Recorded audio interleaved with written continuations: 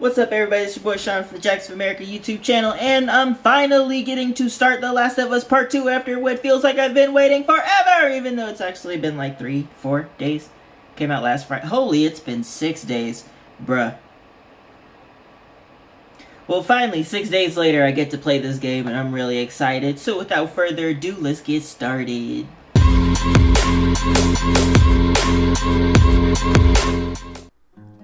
Alright everyone, welcome to my 2-hour review of The Last of Us Part 2. I'm going to be posting a Let's Play of the full game later on. So far I'm only 2 hours into the game, and these are my first impressions. Everything that I'm saying here is likely to change. It's only 2 hours into the game, so don't beat me up if you're like, you're an idiot, I'm 2 hours in. Let me live my best life. I've also avoided all the leaks online, so I really don't know anything about the story. I'm not sure why people are complaining. I haven't seen any of this. I've been avoiding it like the plague, so I'm going in this game completely blind. I'm going to try to be as unbiased as I can, although the first game was one of my favorites, so this has some high standards to live up to. But without further ado, let's get into the official 2-hour review for The Last of Us Part 2. Also, small disclaimer, I've never reviewed a game before, so if you like this kind of video or don't like this kind of video, let me know down in the comments. I appreciate you, bruh. I don't know what happened. I was supposed to take her to the Fireflies and walk away. The Last of Us Part 2 continues the story from the end of the first game and begins with Joel explaining to Tommy the events of what happened at the Firefly camp. From there, we learn that Joel and Ellie's relationship is strained a little bit because she may or may not know exactly what happened, but Joel refuses to tell her that story. Jesus. Almost gave me a heart attack. I tried knocking, but... Hey. Hey. What's up, Joel? So I really appreciate the continuity here from the ending of the first game, where it kind of ends on the cliffhanger of not knowing whether or not Ellie actually knows, and then it picks up in the beginning kind of implying that because their relationship is stressed now.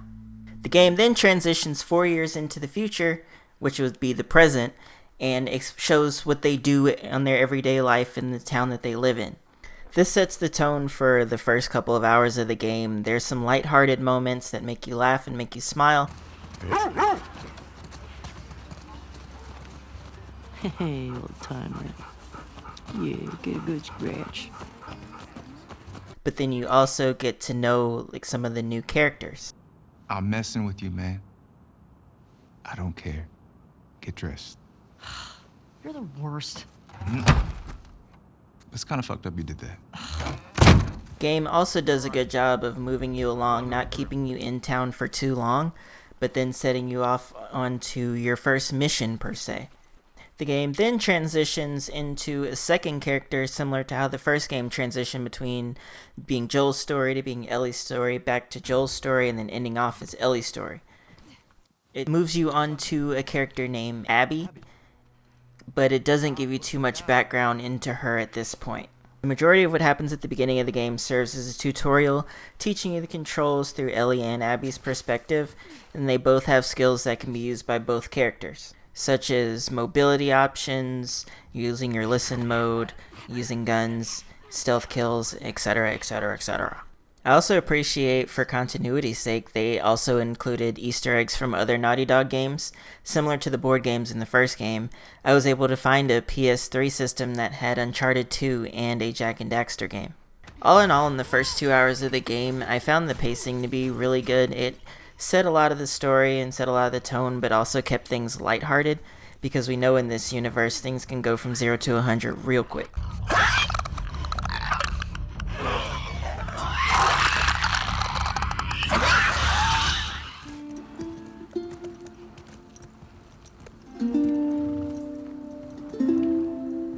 What do gamers care about the most? Gameplay, gameplay, gameplay! Part 2 feels familiar to those who have played the first game. The buttons are relatively similar, which helps picking up the game, although after not playing the first game in 7 years, it's kinda hard to get used to again. During the snowball fight, I did find myself struggling with accuracy, and there were a few times where I ran into some infected, and I did struggle in the initial fight while trying to remember how to play the game. The crafting system returned from the first game, and the workbench system for upgrading your weapons using supplies that you find looking around in drawers. I've also always enjoyed the combat system in The Last of Us. I prefer to play a stealthy style myself, but it's always fun when things break down and then you have to think on your feet. And this game does a good job of bringing intensity to those situations. So far, the most welcome changes to combat are the dodge button and Ellie's ability to use her knife, rather than having to craft a shiv like Joel had to do in the first game. And the main issue with the shivs were, once you used them once, they were broken. Without shivs, it was impossible to stealth kill clickers unless you had an upgraded baseball bat or an upgraded 2x4. And if there's one thing I love, it's being able to dodge an infected's attack right as they're trying to punch you in the face, and you can say, "Nah, son, it ain't going down like that." The game does push you more to explore and check areas to find hidden collectibles like Ellie's comic cards, as well as moments where she can write in her journal and QuickTime events, triggering conversations with other characters. And I don't mind exploring, especially when the locations look this beautiful. We made it. Holy shit. Dim graphics. I also appreciate the amount of effort Naughty Dog put into the settings in this game. You can customize the size of subtitles, whether they come up in story moments or story and combat moments. And then you can adjust the size. You can have a different color for every character. And you can also adjust the color of the subtitles. I also have a number of options for visually impaired players and for hearing impaired players. And you can kind of customize these settings in any way and set it up for your best experience. I've also noticed the companions in this game are a lot more useful than they were in the first game. A lot of times in The Last of Us Part 1, I felt like a lot of times your secondary characters that were with you spent a lot of time just standing around. There were a few moments where they would shoot an enemy for you, but I felt like they didn't need to be there for me to succeed in a way. I appreciate so far in my experience in this game, when I go for a stealth kill of one enemy, my companion might go for a stealth kill of another enemy. And that way I don't feel like I'm doing everything myself and they're just there for decoration. What do you think of this view, huh? It's pretty nice. Yeah, this route has its perks. Alright, so here are my pros and cons for the first 2 hours that I've played. The game feels very familiar to the first game, which is always a good thing, especially for a non-yearly franchise. The world is also very tense, and in the beginning of the game, there are a lot of lighthearted moments, little small trinkets that just make you feel like, okay, this isn't so bad. What is the downside to eating a clock?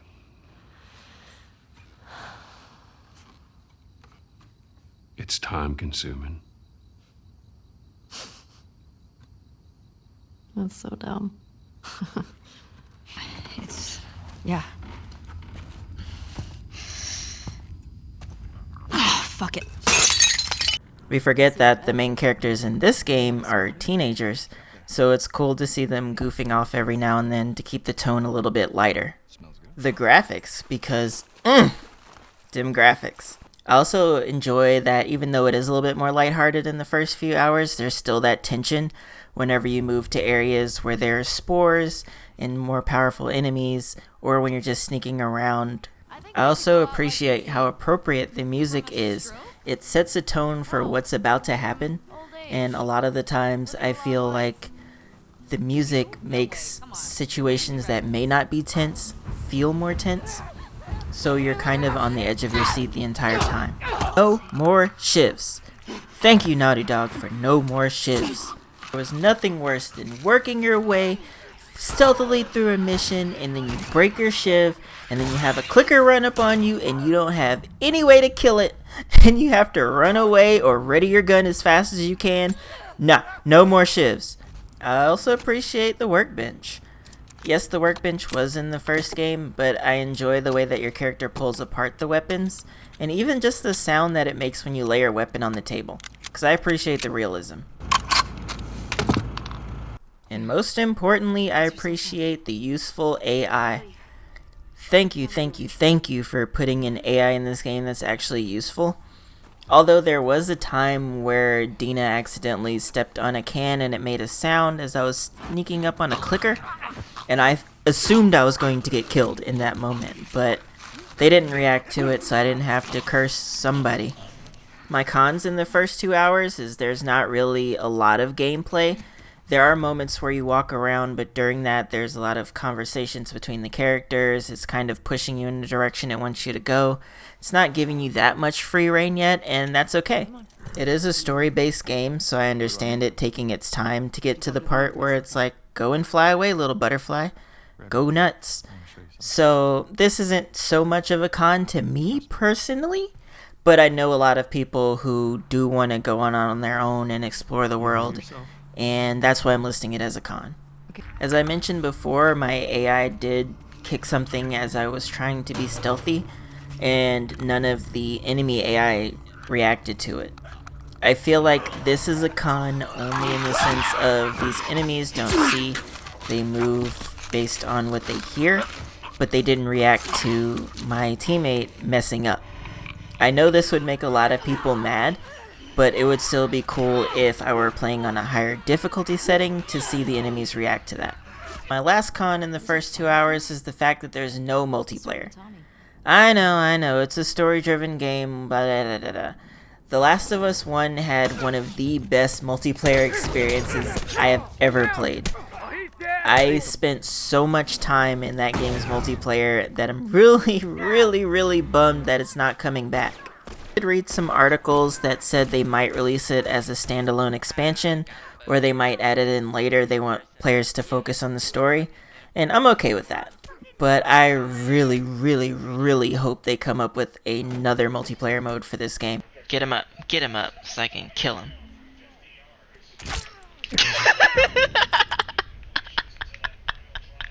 So in my final thoughts, I find this game very enjoyable so far. The first 2 hours were a lot of fun.